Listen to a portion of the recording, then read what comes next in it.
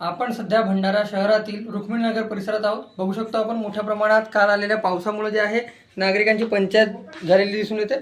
अक्षरशः देवपट तरी त्यांना उचलून इथं ठेवावं लागलं. कपडे, गाद्या, सोफे सर्व सामान जे आहे त्यांना उचल अचानक करावी लागली. मोठ्या प्रमाणात जे पाऊस आला 77.8 मिलीमीटर पावसाची नोंद काल करण्यात आली आणि त्यामुळे म्हणून मोठ्या प्रमाणात हे जे आहे पाऊस आल्यामुळं त्या पावसाचे पाणी जे आहे या घरी अनेक घरी शिरले आणि त्यामुळे म्हणून नागरिकांची पंचायत झाली. अशाच आपल्यासोबत बोलण्याकरिता रुक्मिणीनगर परिसरातील एक दादा आहेत.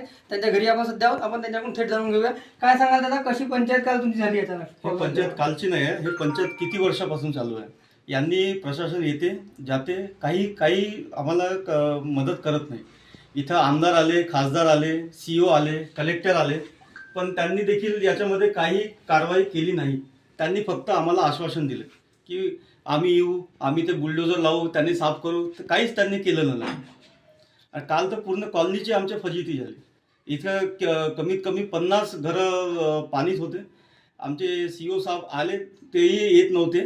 ते आम्ही धरणा केलं म्हणून ते आले आणि त्या पोलीसवाल्यांनी सुद्धा आम्हाला हटवण्याचा प्रयत्न केला. काल आमचे जे सोबत सचिन गलमारे, रुपेश बांगडकर हे होते, त्यांना देखील त्यांनी हात लावून उचलण्याचा प्रयत्न केला, पण ते नाकाम झाले त्याच्यात.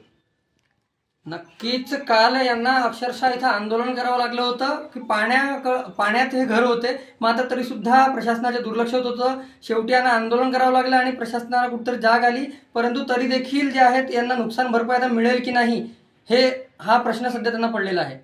रुपेश सपाटे, TV9 मराठी, भंडारा.